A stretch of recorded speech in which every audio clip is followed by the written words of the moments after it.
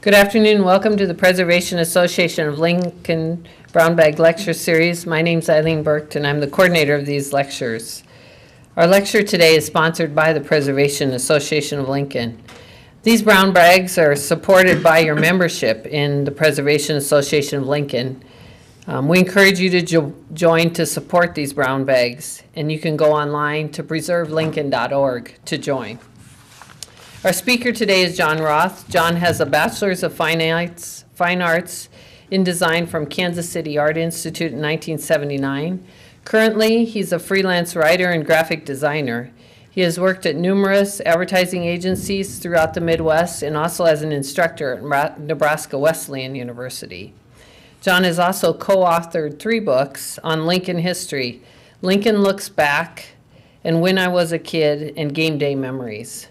Jon is going to share some of his new finds in the Edholm Blomgren photo collection today. So please join me in welcoming Jon Roth.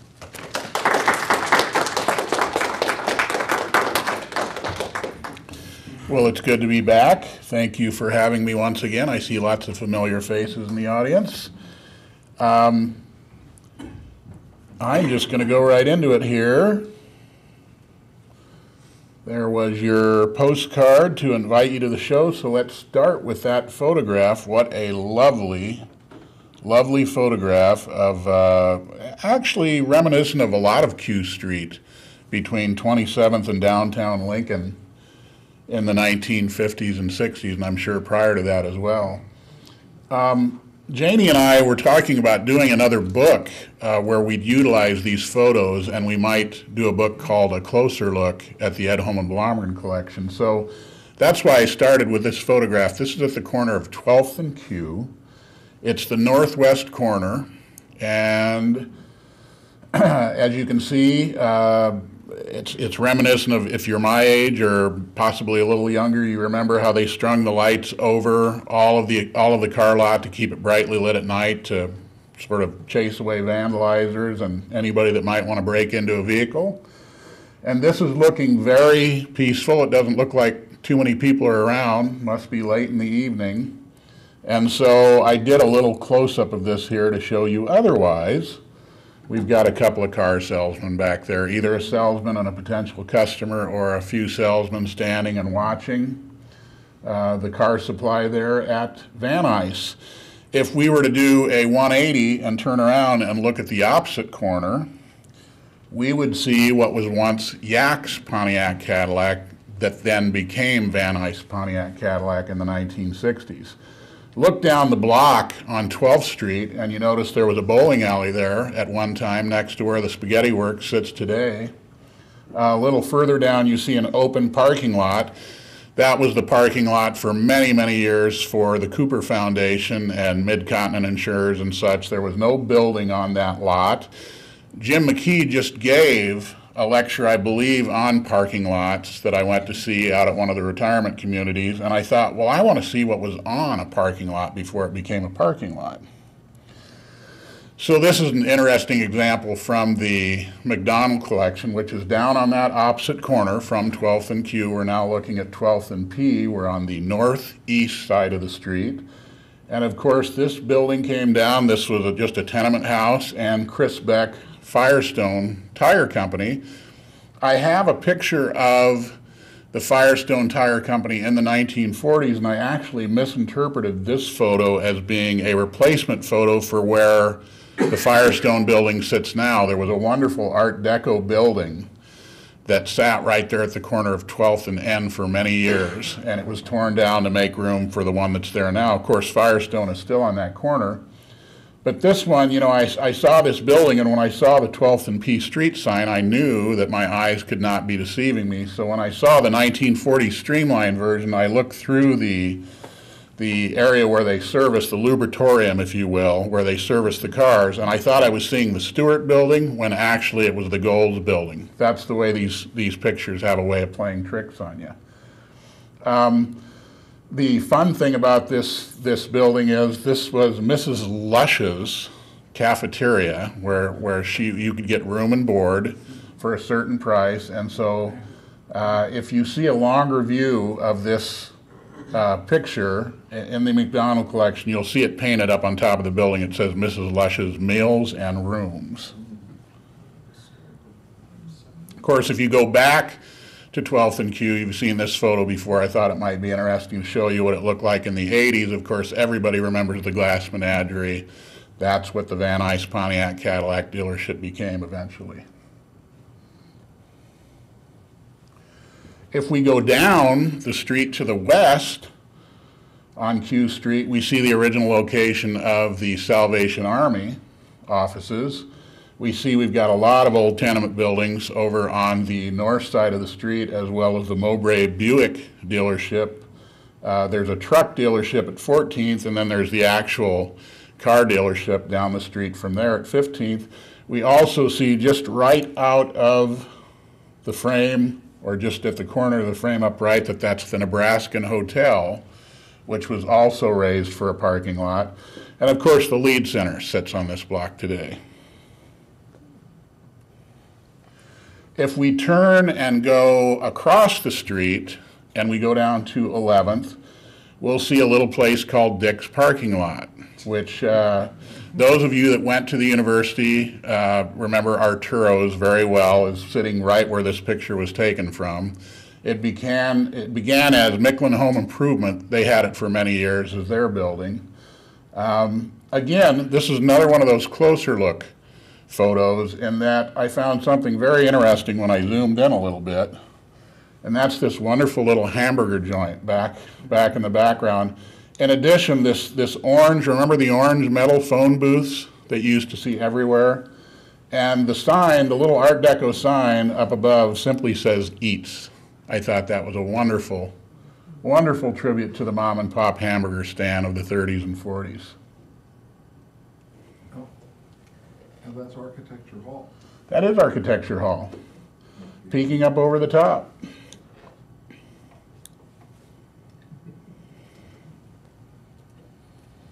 Okay, if we turn a little further, you can still see the Dick's parking lot sign. You kind of forget what was on these blocks because they were all raised for the university. We've got parking lots. We had a huge need for parking then, but a lot of architectures replaced these buildings.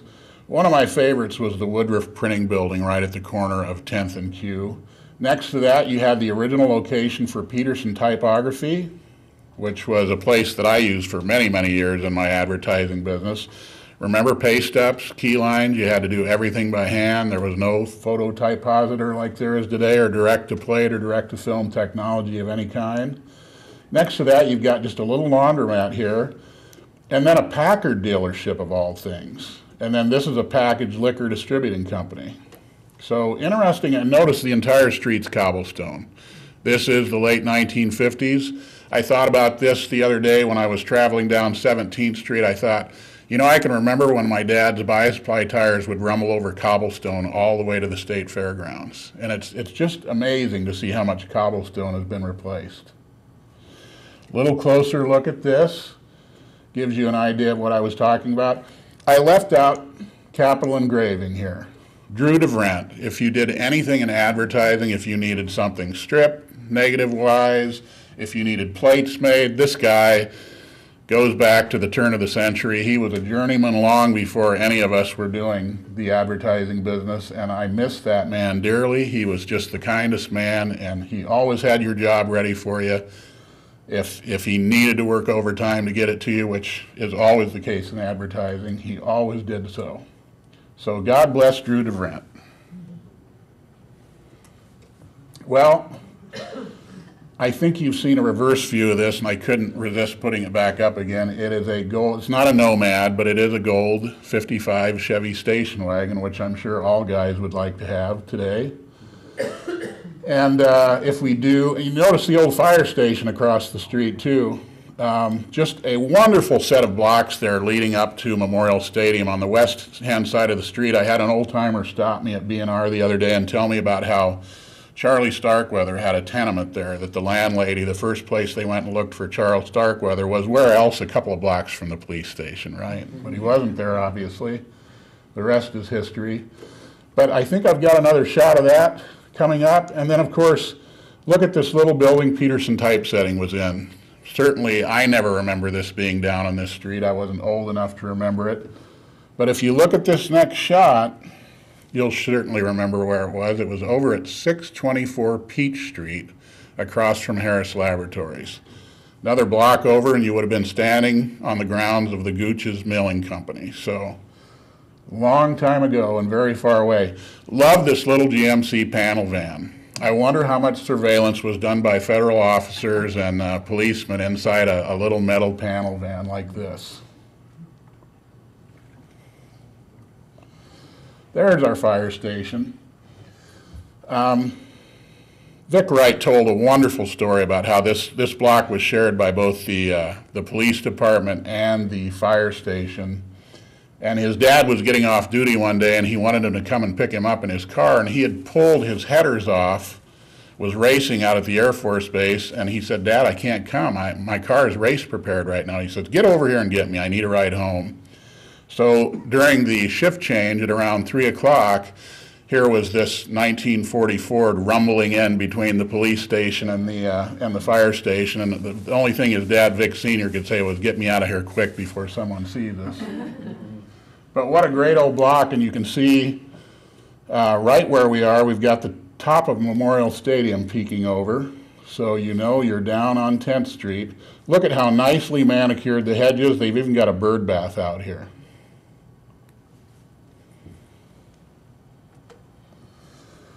So the reverse angle from where the Goals carpet mobile is sitting, you have the Hertz Drive Yourself station. And of course, we remember Hertz commercials with the man floating through space and dropping down into the car in the 1960s. Their slogan was, "Let Hertz put you in the driver's seat." And the only thing I can tell you about this is that I know this was a little used building for many years, because when I walked this way to go and buy records at Pickles from Arturo's or the Taco Hut, there was virtually nothing in any of these buildings back in the late 70s. They had all but been abandoned. This is another example of this is a negative that I thought, well, this negative is ruined because they had scratched out the name of the tenant to probably prepare it. I know, again, I say in those days, you didn't have the computer technology you have today with Photoshop. Everything had to be done by hand. So this was a hand stripping job. They were trying to strip the name of the liquor establishment out and put a new name on the marquee for presentation purposes. But through the miracle of Photoshop, I went and looked for the typeface and was able to look up in a city directory that this was indeed called Luigi's Winery. And what a place this must have been. Look at how run down that building is. It looks like it began life as a drugstore and wound up as Luigi's Winery. Again, you can see the peak of the tenement building just beyond the Salvation Army and the truck dealership for Mowbray Buick. So you are in the 200 block between P and Q, or on the east side of the street on 10th Street. More cobblestone. I wonder if that's the Luigi from Tony and Luigi. I don't know. One could surmise, but I kind of doubt it. Yeah, it'd be interesting to know where the Luigi comes from in Tony and Luigi, because I know Louis Dema owned it when it was the Blue Willow Lodge, and then son Anthony, or nephew Anthony, bought it from him. So, yeah, good question.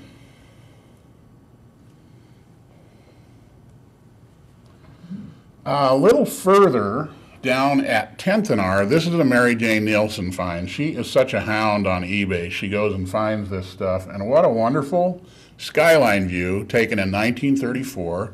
This isn't one of ours, it's simply a postcard. And the only thing that I can assume here, look at this lovely little gas station here. They've got one gravity pump per side with two globe pumps on either side of the gravity pump. Nice little 1930s streamlined looking gas station. Here's where we just left. Here's Woodruff Printing. So we know this is down at Q Street. So we're a block down at R. And I'm looking at this sign that's hanging on the pole, and maybe there's a preservation person here that can help me with this. Could this have been the original location for the police department? A block away on a different block? I'm just curious as to what that what that old Art Deco sign might have said there that's hanging on that pole in the corner. And it appears to be a really nicely manicured block.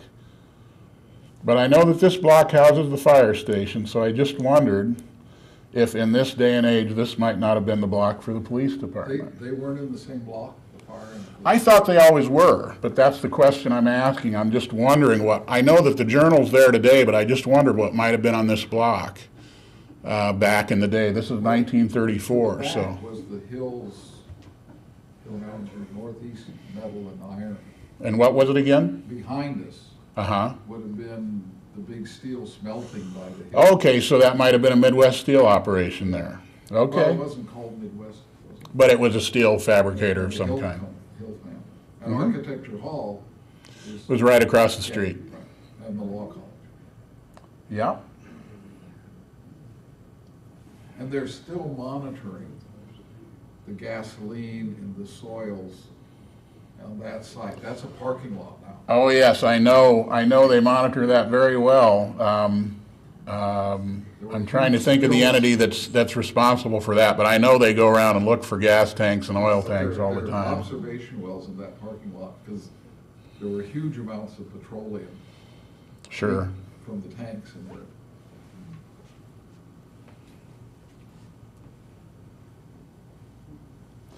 Well, this is not one of our photos, obviously. This is a Library of Congress photo. I hope I pronounced this correctly. I think it's Jon Roth. Is that the correct pronunciation of his name? 1930s Depression-era photographer, went around and took some beautiful photos of the United States, this one being in Lincoln, Nebraska. And I love the fact that this had the old romance of the shoe polish prices put on the windows. Oranges are 1 cent a pound, grapefruits are 5 cents a pound, new potatoes are 6 pounds for 23 cents, yada yada. He even has a chalkboard out front, and look at all of the advertising that's going on. It's obviously on a day when the awning stayed up, he wasn't in need of shade. I take you to this photograph in the 1950s from the collection. This is near 10th and P Street. We see the rear end of a Packard sticking out here, and possibly some kind of a Falstaff baseball promotional billboard. But notice the handwriting on the windows. So we know that the man that owned the Grand Grocery in the 1930s when the John Vachon photo was taken still owned the store in the 1950s because the handwriting of the prices on the windows is the same. Pork liver, just 15 cents a pound. Also in this block, and I can't tell you where, was a nice old curmudgeon that owned a place called Swapper's Paradise. And if you ever dealt with this gentleman, you would never forget it, because if you went in his store and you tried to offer him any less for what he had for sale, you would never go into his store and buy anything again. But if you went in and you bought an item from him, then he became your best friend, and then you could dicker with him on the price. So he was right in here, somewhere around where George's coffee shop was there, or perhaps the place next door for many years. I put this one in. This is down on O Street, and if you look past the fatality sign, you remember these signs that sat there at the post office that told you how many fatalities, how many injuries. You know, they wanted you to drive safely, so they kept score each and every year of how many fatalities and injuries there were to date during the course of the calendar year. Nice slogan, too, the life you save may be your own. But back here on P Street, again, we see the Grand Grocery. And I think I went in a little closer, and you can see Grand Grocery. That old building still standing. Now, by the 70s, much like O Street is today, and let's hope this isn't a premonition of things to come, all of this block became bars. I mean the entire block. You had Bill's Saloon, you had the Green Frog, you had the El Morocco Lounge. And you notice that the Grand Grocery is now torn down. This is a mid-1980s photograph, so the Grand Grocery is no more, nowhere to be found. This is probably taken from the roof of the YMCA or the Capitol Hotel building, which is now the YMCA, or Is it? What is it now? Is it still YMCA? Oh, Georgia. Oh, Georgian Place, okay, so it's condos now. Lebsack's is over on the 10th Street side, isn't it? What's that? I think that Lebsack's restaurant was. Liebsacks. Now, where would that have been, Tom? It's back. you Further go to the Down right. 10th, it's between those. That building that's Go recessed. to your right now. on Go to the right? East No, no. side of 10th Street. Yeah, right, now come down, towards just me. come down, Now straight that- In down. that little building there. Okay, Or It wasn't right- on the front of the street, there was parking in front. Yeah. But interesting, interesting. We're gonna talk about some cafes down in that area too. I found some interesting photos of an area near here. Hey, it's the next photograph.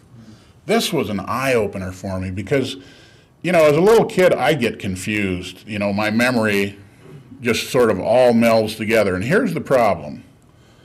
There was a Barry's Tavern at the corner of 9th and P Street. Here it is. This is the original Barry's Tavern and Cafe. Down on N Street, there was a place called Barry's Grocery. And my dad had Ray Barry as a customer of his, selling Electrolux vacuum cleaners. I would stop in from time to time, and I remember Ray Barry, but I never remembered Barry's being on this corner. I always remembered it being over in the Nebraska Boiler Building where it is now. So, real eye-opener. You've got the old Miller and Payne warehouse there, which is now, I think, an old Chicago.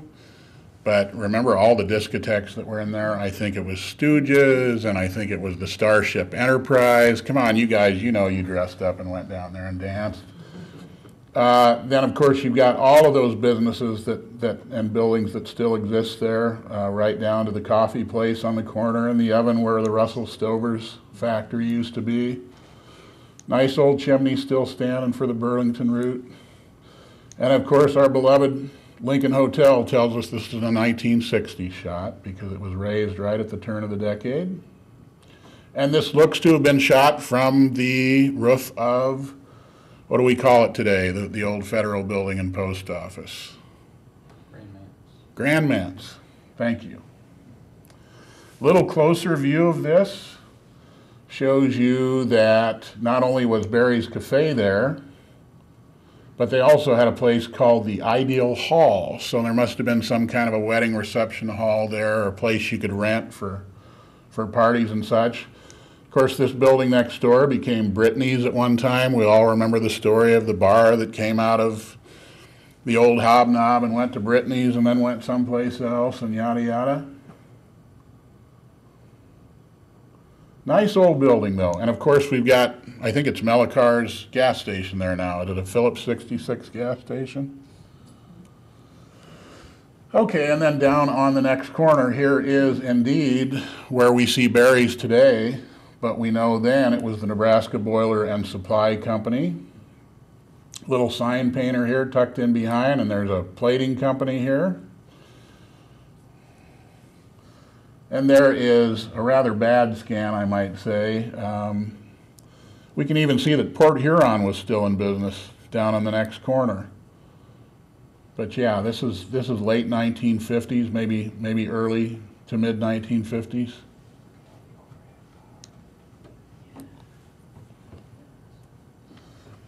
And a current day shot of Barry's looking up the street. I understand across the street I went to the Michigan State game with Craig Smith, and they're getting ready to do some things with the old Hinkle and Joyce hardware building, so that should be an interesting project to see come to fruition. Well, another little je ne sais quoi intersection here, this little parking garage that's been here down at the corner of 9th and O forever, just attracted my eye, and I thought, I wonder how many different pictures I have from different periods of this parking garage, and I found a couple. Here is one in the 50s where we know that the Harrison overpass was not completed yet. It simply had the little rickety bridge that terminated at 8th Street because we can see no viaduct anywhere here interrupting the flow of the architecture of the parking garage. And the sign up there that says simply park. Then at some point, Lincoln Hotel sort of commandeers this and puts their little globe up at the top with the words Hotel Lincoln so that people know that's additional parking for the hotel back in the 1960s. And you can see at this point the Harrison overpass is completed and terminates just at the base of where the parking place is. Luck of luck, I'm looking through color plates the other day, and I find this shot, which was probably taken back in the 70s. And we see the multicolor park sign is still there, but that they've guillotined the little globe and the Hotel Lincoln signature off the top. And our beloved sweep left is still back there. The letters, the chattering bulb lights that used to tell you where sweep left was, and the lovely little mural that's still there today gives us an indication of what was there. And I took these not too long ago at twilight because I had to convince myself that sign was still there. And indeed it is. And I think the people that own this building just sold it, as a matter of fact. I think it's something else. Rod and Susie, I can't think of their last name right now, but Phelps, I think. Well, here's an interesting little shot over on the 11th Street side between N and M. To anybody that doesn't remember the Townsend Building, we know that that building stood for many years, well into the 80s.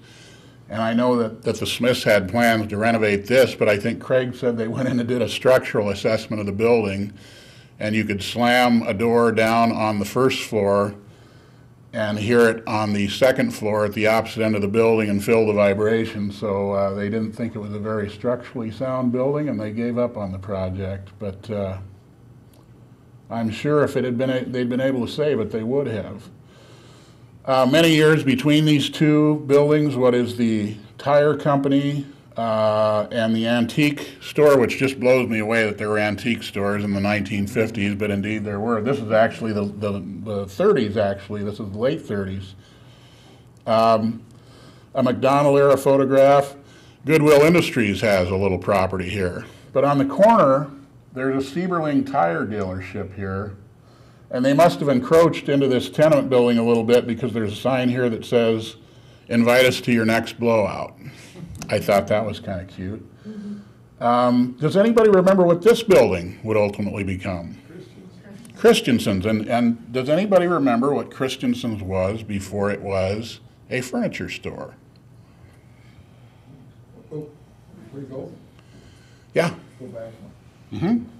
The top two floors there in that one building, Uh-huh. that was the Masonic Temple. It was. A gentleman is telling us that the top two floors of this building were the Masonic Temple at one time. Before they built down by the Capitol. And what a lovely building that still is. What a nice building. But yes, down on the corner here, this again took me completely by surprise. I put myself through college moving furniture for Christensen's. Right, but wasn't it a farm implement? It was a farm implement company, Tom. Good for you. I was also surprised to see Jacob North printers and lithographers down here. This is right next to St. Paul United Methodist Church on M Street. And indeed, Tom, you're correct. We've got an International Harvester sign right here. And so Jacob North Printing was there. Down on the corner, you had the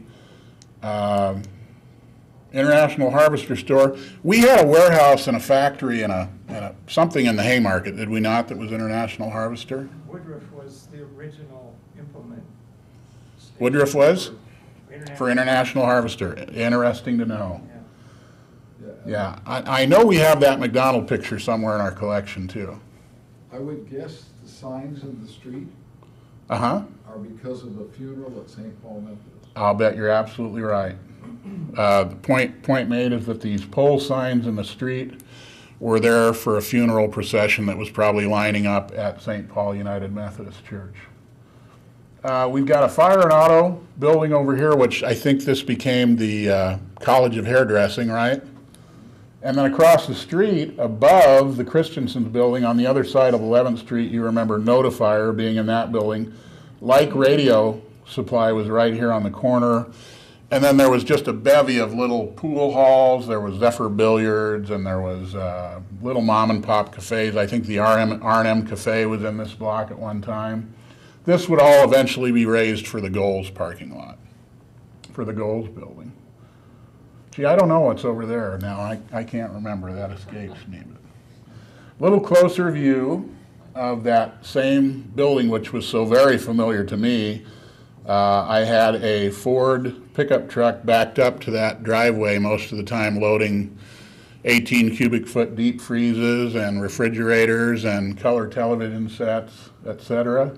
Art and Ollie were wonderful employers. Just a really interesting place to work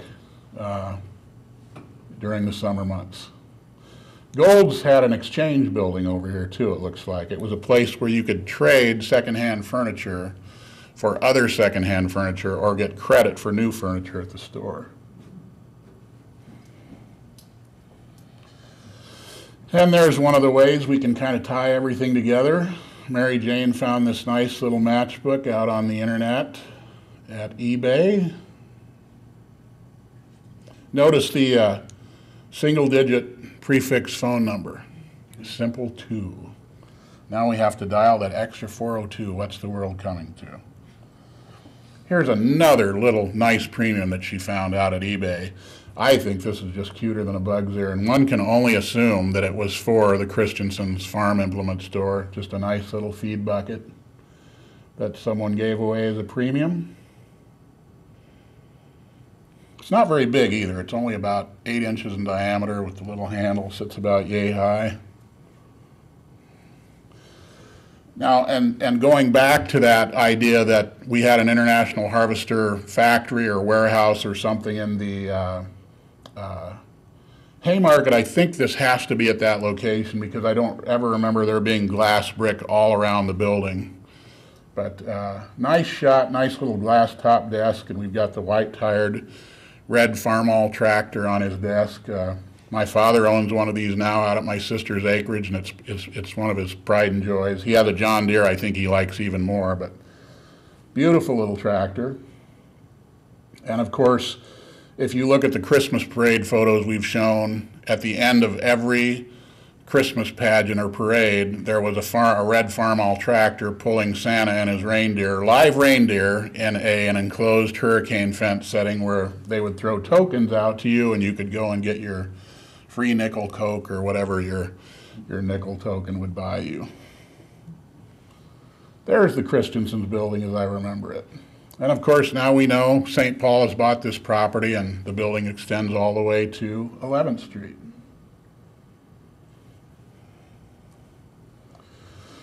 Well, what a wonderful find this was. Again, we're lucky enough to have an occasional 8x10 negative from the McDonald collection blended in with our stuff. I have to give these to the Historical Society someday, but I'm having too much fun with them right now, and I know they've got outtakes of these same photos. But look at the hustle and bustle in the mid-1930s down at 11th and O Street. This is right across from the Gold's building. I went in and did a couple of little detail shots here. I love the Leon's Melton Hat sign. What a wonderful moniker that is. And notice this surprised me. The Famous is not on the north side of the street, it's on the south side of the street. For many, many years, I would travel that alleyway between M and N as a shortcut, and I always wondered why the Famous had advertising signs on the back side of the Lincoln Federal Savings Building when they were on the other side of O Street. But apparently they were put there when this building was here. And I think right next door that would be the Woolworths, the original Woolworths.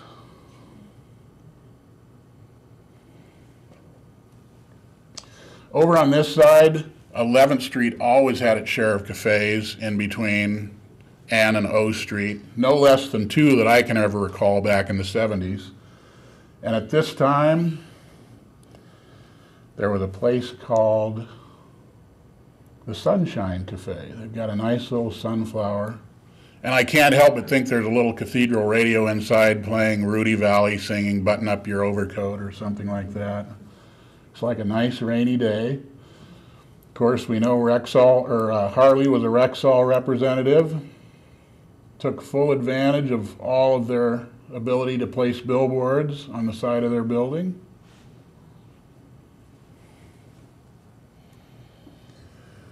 Another nice shot from the 30s. This is 1939. Love all the Model A's out on the street and Model T's, etc. Tin Lizzies as they were.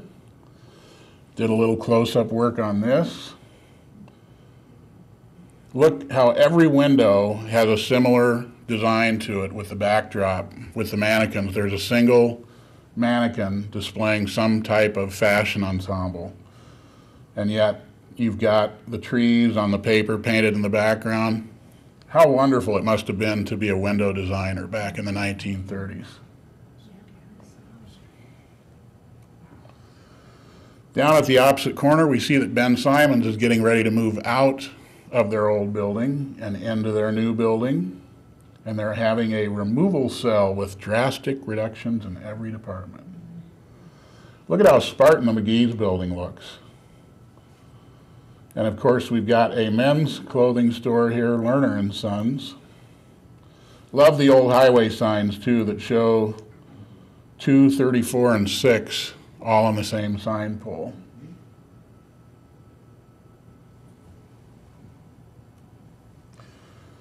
And of course, for anybody that doesn't remember, fast forward 30 or so years, in 1967 during the state centennial, this is the way Miller and Payne looked.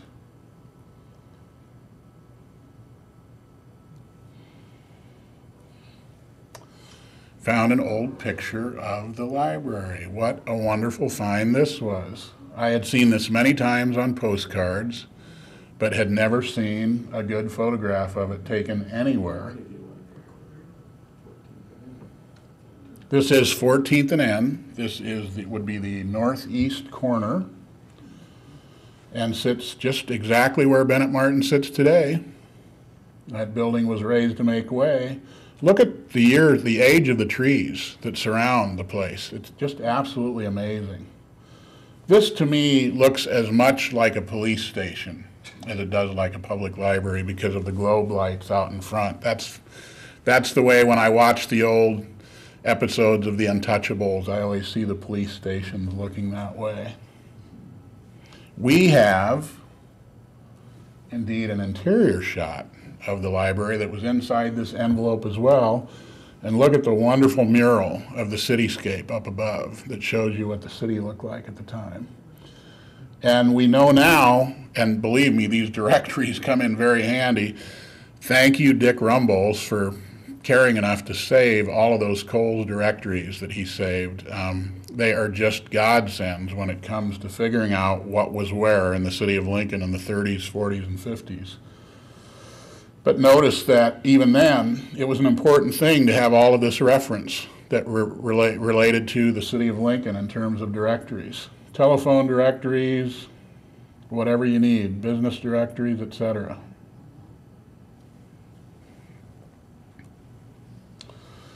Another little interesting shot that it just sort of popped up out of the blue, and it was a shot, an aerial taken probably from across the street. Down below in the lower right-hand corner, we're looking at the original location of Bankers Life Insurance. Across the street is O'Shea Rogers. What could these little places here be? The Corn Popper, indeed. Notice the tract of land here. We know that Lincoln High, the original Lincoln High, sat on that lot at one time. That entire area, of course, was cleared for the addition of Purging Auditorium in 1956. So we know this is pre-1956. Bob Ripley had mentioned that he thought this was kind of a halfway house for women at one time, this place here. Didn't the Y build that, or buy it, or use it, or somehow it's connected to the Y? Could be. Yeah, I think Was that part of the YWCA? I always thought it was the white building beyond it. Oh, you were thinking it was this one? Maybe, I may have misunderstood Bob when he was explaining it to me. He thought it was the old wood frame here. Love the gambrel roof house here. So many of these buildings were still here in the 1960s. But when they did Centennial Mall, all of them came down. You saw so much wood frame encroachment of residential housing in downtown Lincoln until the mall came along, and pretty much all of it went down about that time. Anything that was left. Apparently, Lincoln Telephone and Telegraph had relocated. Well, I don't know what's in that building there. Tower. What's that? That's the base of their tower Yeah. on the roof. Mm-hmm. I do have a picture of the groundbreaking for that, and I off the top of my head, I can't tell you what year they did move into that building. But what a huge clearing that is. I did a little close-up of this as well. And it's worth noting, I remember that you had the dual-sided corn popper where you had the two windows just like Zesto's down on 11th Street, but I had never remembered this little hamburger joint. Again, another one of those little mom and pop hamburger joints just to the east. Never remembered that being there, so that's been raised a few years ago. Okay, Purging Auditorium sans its mural. So we know that because of the scaffolding that sits outside, etc., that this building was just freshly built. Nice little rooftop going the other way. We were just talking about the phone company, and obviously in '56 when the building was completed, we know that the Woods family had been well on their way to building the phone company there. Again, look at all of the wood frame homes that went away when the mall came. Kaufman's was a little bakery over near 13th and L Street. They were on the west side of the street. This is where Mom always got her wedding cakes. The mints came from Miller's. The wedding cake came from Kaufman's. So I remember when at least one of my sisters was married, the wedding cake came from Kaufman's. Lovely case. Shows you the kinds of, look at the flowers as well. And I believe that might be the Kaufman's. What a lovely wedding cake that is. I found a few shots of the sheriff's department, and I know I've shown you Lincoln police accommodations, etc. What do you guys think of these for accommodations? Would they do in a pinch? You're not going to break out of that, baby. There's a rivet at every intersection of flat steel there. These are the guys that would come after you. I think this is over on the 9th Street side of the old City Hall. Look at all the tenements that once existed over on that west side of 9th Street. Little council helping someone in need. Here's a lovely shot. Look at those big sash windows that are thrown open completely. We've got the heavy-duty bars on the outside of the windows. But it had to be one hot son of a gun in the summertime with no air conditioning to work in an environment like that.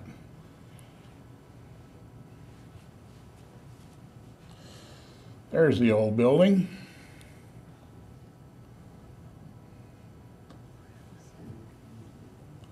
Another view of it this way. I'm real curious about this water tower I'm seeing sitting back here. I was curious what that might have been for.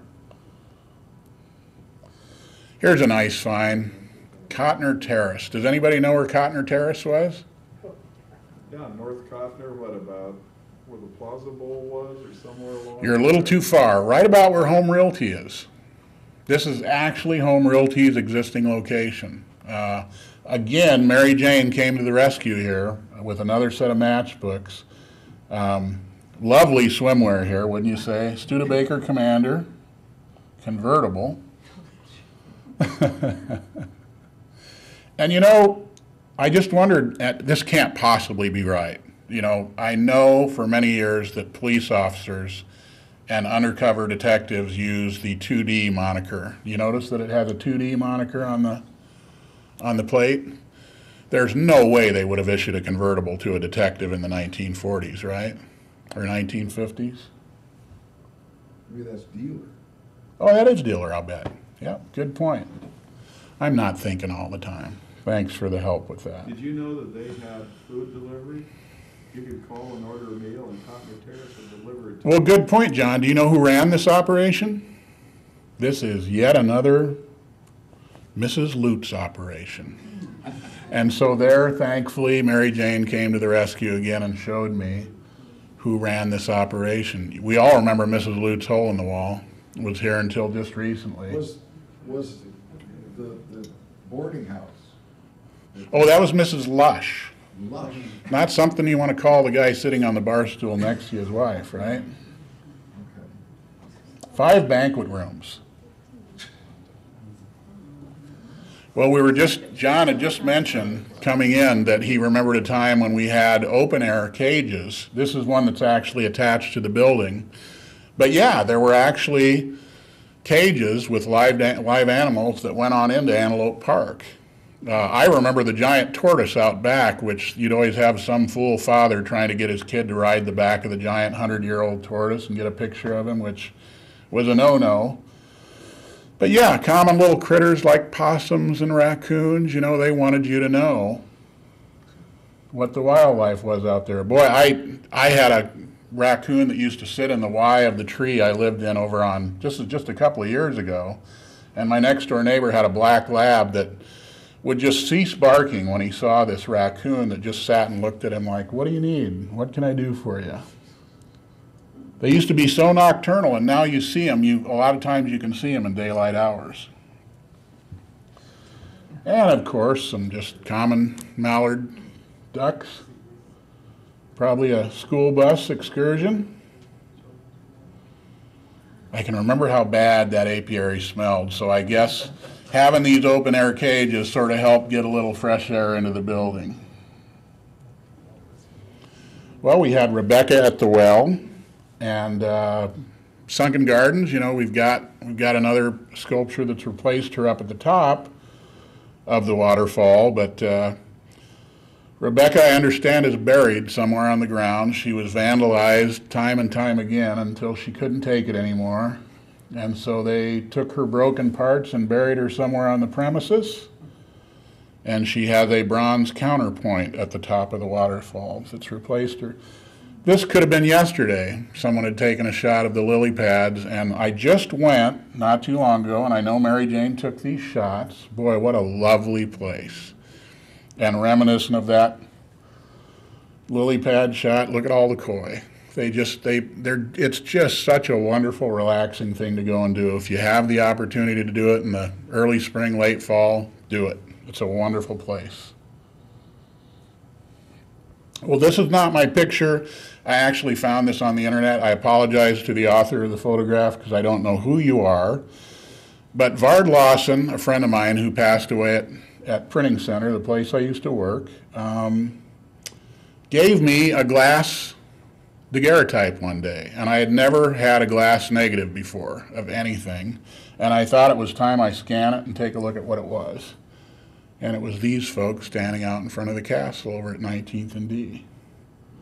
What a lovely building. But, you know, what a wonderful, wonderful period marked here. Obviously, the 1800s, turn of the century.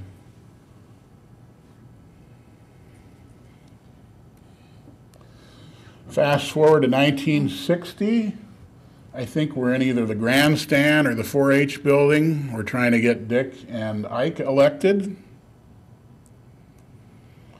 This is at Purging Auditorium. I want you to look at this photo and count the number of mink stoles that are in the audience. Almost every other woman has a mink stole either on herself or her chair. Mink stoles were very popular in the late 1950s. And there's Mr. Nixon, tape recorders rolling. And my little girls love that dog, Checkers. O.P. Skaggs, anybody want to take a stab at this, where this might have been? I would not have known myself, again, using the city directory, but I was doing some work for the Raybould family and the printer that I used to work at, and Russ Raybould was celebrating an anniversary and told a wonderful story about this building. This became B&R, the first B&R, at 17th and Washington. And the story he tells is these were two accordion, or just doors that would swing both ways. And the way that you kept them closed in the wintertime was you dialed the tension up on the doors so that the wind could not push the doors open. Well, you'll notice that the building does face north.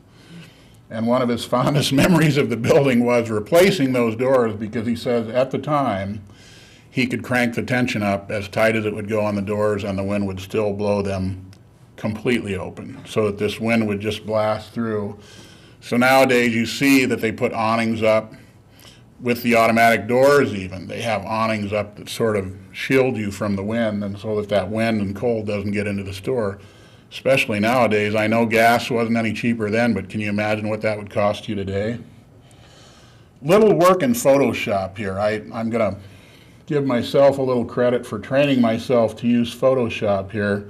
This photo, that photo, which obviously is shot 6 or 7 years later, and this photo, which was given to me by the Raybould family to execute the project that I executed, which was to recreate what the store might have looked like in 1964. 10 minutes, John. 10 minutes? Well, you've seen this shot before, but I needed to put some things to rest here. I don't know how many people have told me that this is at Randolph, 27th and Randolph Street. I've had other people tell me now it's 11th and South. Jim McKee tells me this is 11th and South. It is the earliest incarnation of Zesto, and I have to go with Jim on this one, especially since the devil made me do this. I had to create a photo of the way I remember Zesto looking when I was a kid. I bought Christmas trees here with my dad. I had ice cream here in the summertime. I stopped each and every time I came back from Irving Pool after a 3-hour session and bought a hot dog and a root beer float, and it didn't spoil my dinner. And so I know this has to be the 11th and South Zestos. There's no way all of this stuff would fit together this well if it wasn't. Particularly the drinking fountain. Especially the drinking fountain. But I had to hang the drinking fountain on there. That was not in the photograph. So things change. But yes, again, this is just by virtue of how wonderful Photoshop is as a program. Working in layers, being able to build something, finding things where the light and shadow is correct, and creating that picture in your mind of something in terms of how it existed. What's that building behind it? That was actually torn down. It could have been some kind of an industrial building at the time, Roxanne, but I think if I'm not mistaken, it's a 6-plex apartment now. And I think Adolph Hawk may have built that, but I'm not sure. But it is a brick 6-plex that you can drive anywhere in the near south neighborhood. It's a cookie cutter design, and it has a globe lamp hanging above the landing, and there's a balustrade, and there's 2 apartments in the front on this side and 1 apartment each on the back side. And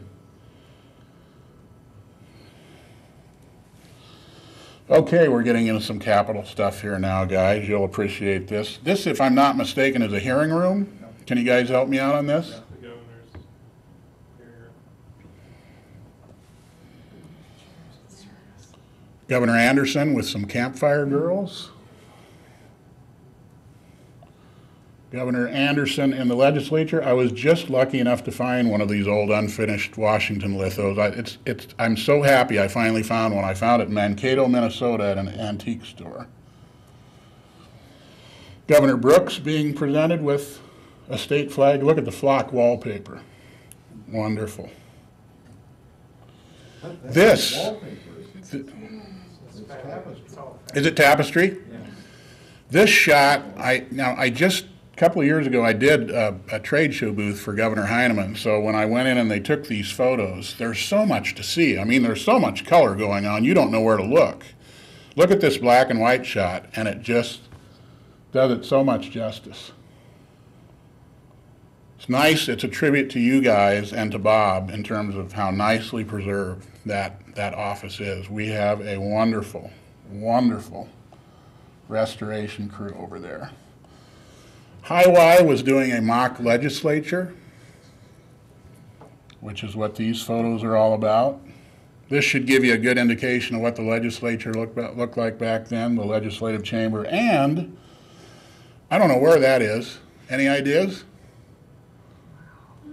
Could that be at the Lincoln Hotel? Couldn't put my finger on it. I'll let you guys worry about that one. Governor Morrison, I think Terry Carpenter.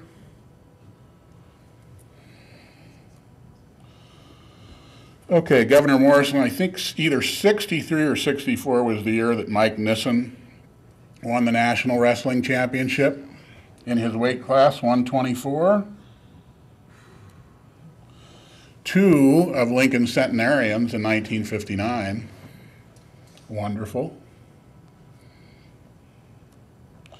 Great shot of the old Burlington snack counter. This again was an 8x10 that I found in the collection, and what wonderful detail. Bo was just commenting after he had loaded these in the truck, how much detail these have. Take a look at that. I mean, it's just the donuts. You can see the donuts sitting there in the glass jars. Prices of the item up on the marquee. Mirrored on the other side, look at all the candy bars, playing cards, cigarettes, you know, anything you'd need. The 10-cent chocolate-covered Rice Krispie bar is called an Epicure. I love that name for a candy bar. This is something, and we're running real short of time here, so I'm going to hurry through these. Patty Caudill, a friend of mine, Steve Rawl, bought a 57 Thunderbird from this gal, restored it, took it back to her, and then took a photo of her sitting on the bumper of the car. So there's a nice then and now thing you can do with Photoshop. Beautiful shot of the O'Shea Roger building. I love this because they've just taken the siding off the building to expose the brick, so glad we have this as a record. Phone company, of course, sitting up beyond it there. Another lovely shot of the Diamond Bar and Grill, 14th and P. A centennial shot of O Street. S&H green stamps. How many of those did we hand out over the years? Lovely color shot of that building. In the Capitol environs. Not the steakhouse, but Harold's Steakhouse. Of course, you all know what this building was built for. We won't go there today. I wish I'd had this for game day memories. Herb Henry tells of a time when they first started selling football tickets for Nebraska football. Didn't even know if it would fly as an idea, but somehow it must have because they've got a cop supervising the line going into the store. He talked about how he was the guy that put the plywood cutout of the football player up on the Latches marquee. Would have loved that one for game day memories. The bar inside the Lincoln Hotel. Kind of a nice little rendition of what a bar looked like in those days. Lind Auto Service, which I think is still, the building's still there just beyond the Douglas Theater offices on the P Street side there near 13th and P. Pat Boyle being elected mayor. Well, all of these, of course, going away, all these little used car parking lots that you would see all up and down P Street and Q Street, going away because of the Antelope Valley project, but there's a great example of one. Believe it or not, this is 17th and Vine Street. If you look off in the distance, you can see the stack from Whittier. Look at the cobblestone once again we were talking about earlier. We know this is the soccer field now for the University of Nebraska, but look at the Quonset hut. And this is part of the Weaver Oil Company. Pinewood Bowl. I love showing you this shot because here is a wonderful Memorial Day celebration. You can see that the trees are all very young, but look at what the stage was comprised of. Nothing more than sculpted spruces. Beautiful shot of pioneers. Just your common everyday, you know, male people have nothing to complain about these days. They didn't have to wear this wool suit or carry that big bag around. Just a nice romantic little right-of-way shot of a rail station somewhere around the area. Had to show that. Smokey the Bear. Okay, your comment about repetition earlier, John, this is what repetition gets you. Smokey the Bear, growling and a prowling and a sniffing the air. He can find a fire before it starts to flame. That's why they call him Smokey. That is how he got his name. Thank you. Tractor races at State Fairgrounds, interesting shot. Never seen a guy waving a checkered flag for a farm-all tractor. TV engineering down just beyond to the east of where Paisano's Pizza is on South Street. This was a veterinarian's building for a lot of years, and I think there's a record store in there now or some such thing. And my last shot, the Yellow Way bus. I thought this was a wonderful shot, an 8x10 negative I found. Has to be a spin-off of Yellow Cabs. So at one time, much like Burlington, we had the Yellow Way bus service. Do we have time for any questions, or am I out of time? Anybody? I think we hit it right on the nose. Thank you. Thank you.